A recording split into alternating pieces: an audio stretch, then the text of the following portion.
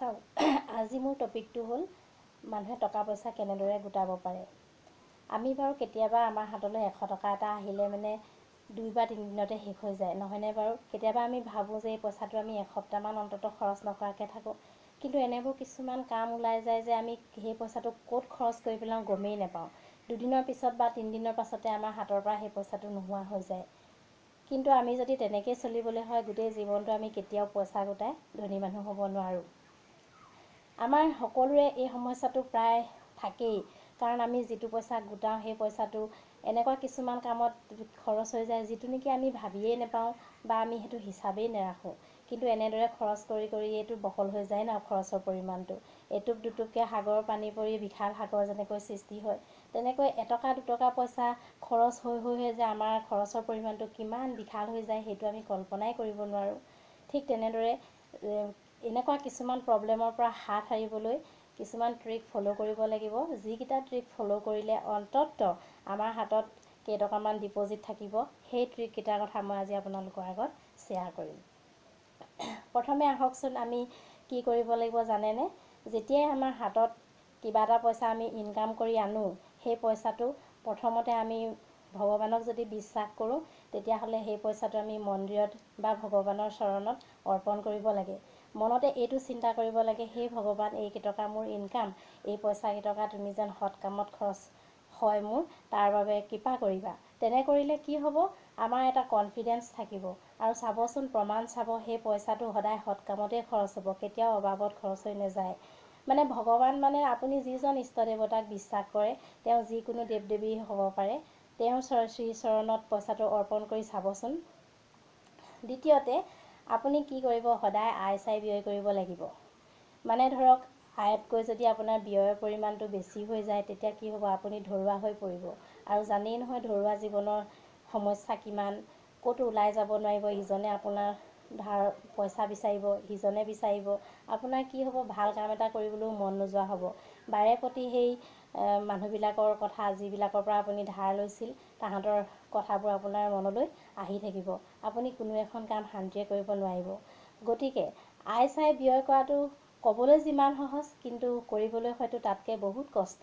কিন্তু কি কৰিব লাগিব জানেনে? তাৰো কিছুমান টেকনিক আছে।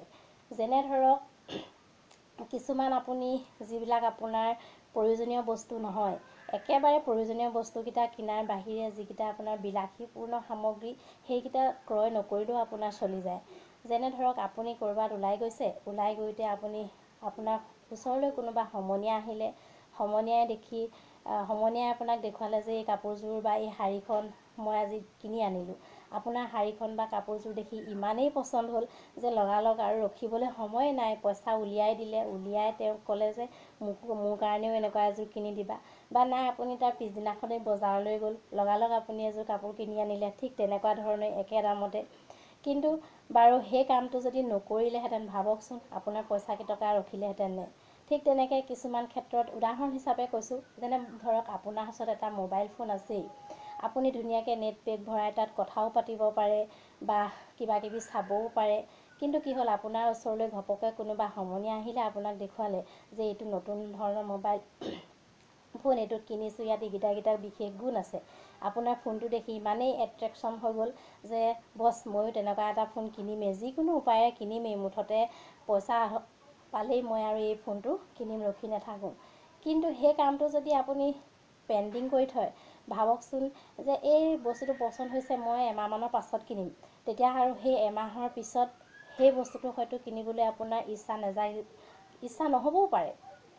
তেনেকুৱা কৰিলে চাবচোন, বা আপুনি এমাহ নালাগে, আপুনি 15 দিন বা 10 দিনমানৰ পাছত কিনিম বুলি মনতে কল্পনা কৰি ল'বচোন। তেতিয়া কি হ'ব, দেখিব 10 বা 15 দিন পাৰ হৈ যোৱাৰ পাছত সেই বস্তুটোৰ প্ৰতি আপোনাৰ সেই আগৰ মোহটো নাজাগে।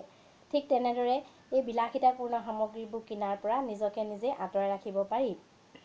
আৰু এটা কথা, যেনে ধৰক আপুনি কিছুমান ঘৰুৱা সামগ্ৰী, যিবিলাক সামগ্ৰী মানে ব্যৱহাৰ কৰোঁতে আমি অকণো ভাবি নাচাওঁ যে এই সামগ্ৰীবিলাকতো আমাৰ পইচা বহুতখিনি গৈ আছে।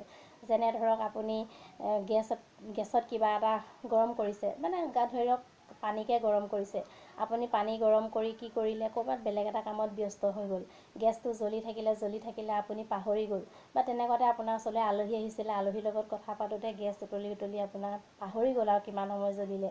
কিন্তু সেই পইচাটো যে মাহেকীয়া হিচাপত খৰচত গুচি যায়, সেই কথাটোতো আমি ভাবি মানে নেচাওঁ। ভাবকচোন, যদি সেই গেছটো সিমানখিনি থাকিলেহেঁতেন, তেন্তে অন্ততঃ যেতিয়া গেছটো ভৰাব লাগিছিলে তাৰ দুদিন পিছত ভৰাবলৈও আপোনাৰ কামত আহিলেহেঁতেন। তাৰমানে এই কথাবোৰ মাহেকীয়া হিচাপত প্লাছ হৈ যায়, সেইকাৰণে আমাৰ গাত নালাগে। ঠিক তেনেদৰে লাইটৰ বিলৰ ক্ষেত্ৰতেই হওক, আমি কি কৰোঁ, যেতিয়া আমাৰ ইলেক্ট্ৰিচিটিৰ বিলখন আহে, তেতিয়া আমি দেখোঁ যে ইমান পইচা আহিলে, ইমান পইচা আমি লাইটৰ ইলেক্ট্ৰিচিটিৰ বিল এতিয়া পে'ড কৰিব লাগিব। তেতিয়া কিন্তু আমাৰ কিমান মানে টেনশ্যন হৈ যায়। তেতিয়া মানে কি হয়, বা ভাবকচোন, আমি কি কৰোঁ, এটা ৰুমত ধৰি লওক আমি বহি আছোঁ, কথা পাতি আছোঁ, কিন্তু বেলেগ এটা ৰুমত এনেই লাইট জ্বলি আছে, ফেন চলি আছে, টিভিটো চলি আছে, কিন্তু আমি সেই কথাটোলৈ গুৰুত্ব দিয়া নাই, আমাৰ সেইটো গাতেই লগা নাই। কিন্তু ভাবিছেনে, সেই বিলখিনি ক'ত লাহে লাহে গৈ পেলাই যে মাহেকীয়া বিলখনত সেইখিনি প্লাছ হৈ আছেগৈ।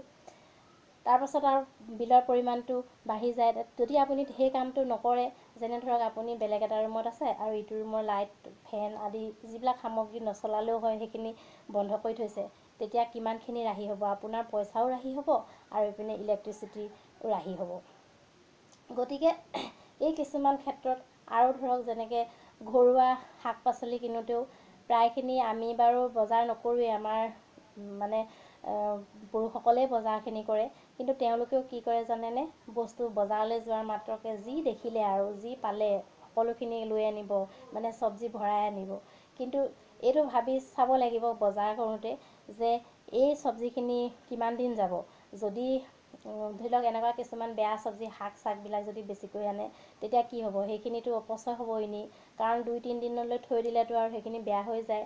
গতিকে আমিও কিছুমান কাম কৰিব পাৰোঁ, যে তেওঁলোকক সেই কথাটো বুজাব লাগিব, যে আপোনালোকে দিন যোৱা পাচলিখিনি অকণমান বেছিকৈ আনিব, আৰু যিখিনি নেকি দিন নাযায় তেনেকুৱাবোৰ ইমান কমকৈ আনিব।